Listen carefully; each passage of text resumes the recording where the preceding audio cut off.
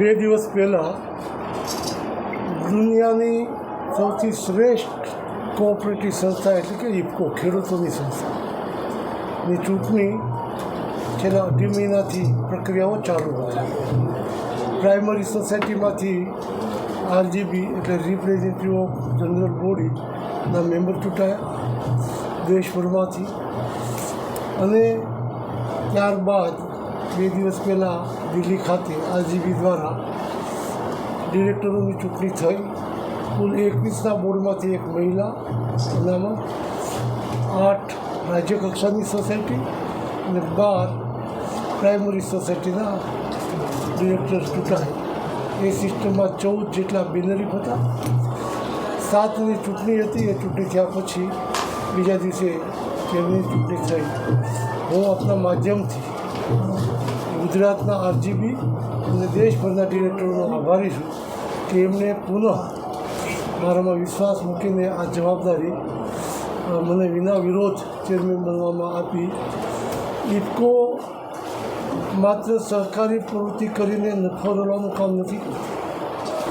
ખેડૂતોની તો સેવા કરે છે, પણ કુદરતી આફત હોય, આકસ્મિક પ્રસંગો હોય, વાવાઝોડું હોય, ભૂકંપ હોય, સાયક્લોન જેવા પરિસ્થિતિમાં લોકોને સામાજિક દાયિત્વ જાળવીને એ મદદરૂપ થતા હોય છે.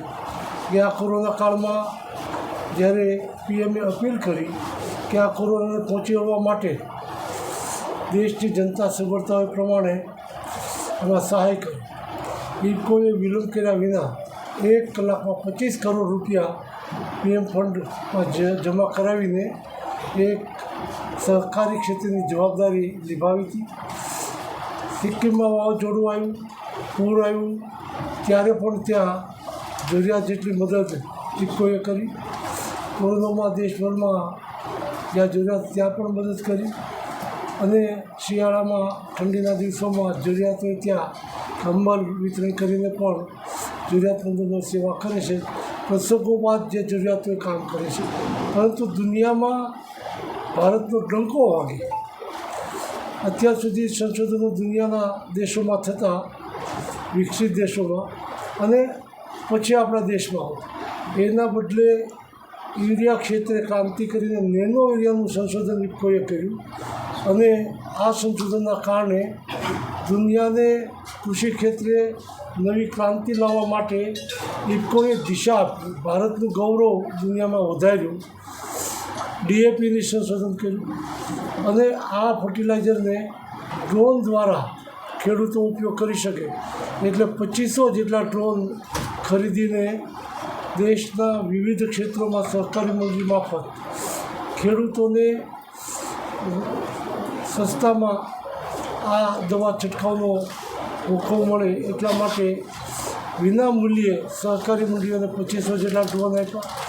સરકારે જ્યારે વિકાસ અંગેની યાત્રા કરી ત્યારે 300 જેટલા ડ્રોન આપ્યા.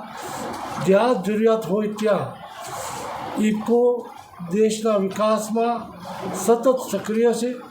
આવતા દિવસોમાં જ્યારે આ જવાબદારી મળી છે ત્યારે ખેડૂતો માટે ગ્રામ્ય જીવન ધબકતું રહે એના માટે, ગ્રામ્ય જીવન કહેતા ગામડામાં રહેતા તમામ સમાજના ઉત્થાન માટે સરકારની વિવિધ યોજનાઓ જે છે, આ યોજનાઓને કૃષિ અને ગ્રામ વિકાસ પરિષદના માધ્યમથી હું આ જિલ્લામાં, રાજ્યમાં અને દેશમાં એક નવી દિશાઓ સાથે સહકારિતા અને પંચાયતને જોડીને, જ્યાં સુધી ગ્રામ પંચાયત અને સહકારી ટેક્સ જોડાશે નહીં, એક સાથે, એક વિચારથી, એક જોડે કામગીરીમાં, ત્યાં સુધી વિકાસની ગતિમાં આગળ પાછળ થવાશે. એના બદલે council four agriculture and rural development નામની સંસ્થાના માધ્યમથી સરકારની, માનનીય મોદી સાહેબની યોજના હોય, અમિતભાઈની હોય કે ભૂપેન્દ્રભાઈની યોજના હોય, બધી જ યોજનાઓનું સંકલન કરીને ગ્રામ્ય જીવનને ધબકતું રાખવા માટેની પ્રવૃત્તિ હાથ ધરીશ,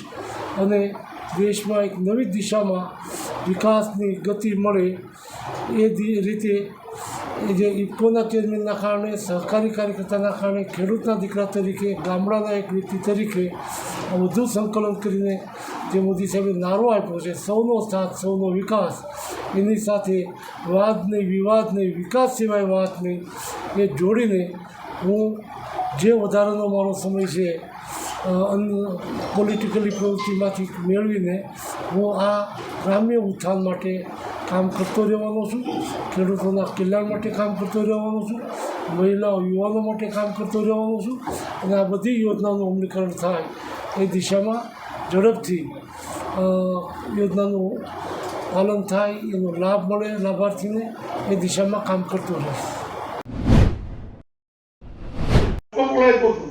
બોલી ગયો હતો ઉતાવળમાં, એને મેં પાલન કર્યું. એ રીતે લોકસભામાં મેં જાહેરાત કરી હતી આગામી લોકસભાને લડું, ત્યારે પણ કીધું કે ના, વાતાવરણ જોઈને કાકીનો રંગ બદલાય. મારા બોલેલા શબ્દો મને જાણતા અજાણતા જે રીતે બોલ્યો એને પાલન કરવા માટે મારો હાથ નાખીશ, હું પાલન કરીશ. આવા અનેક કિસ્સાઓ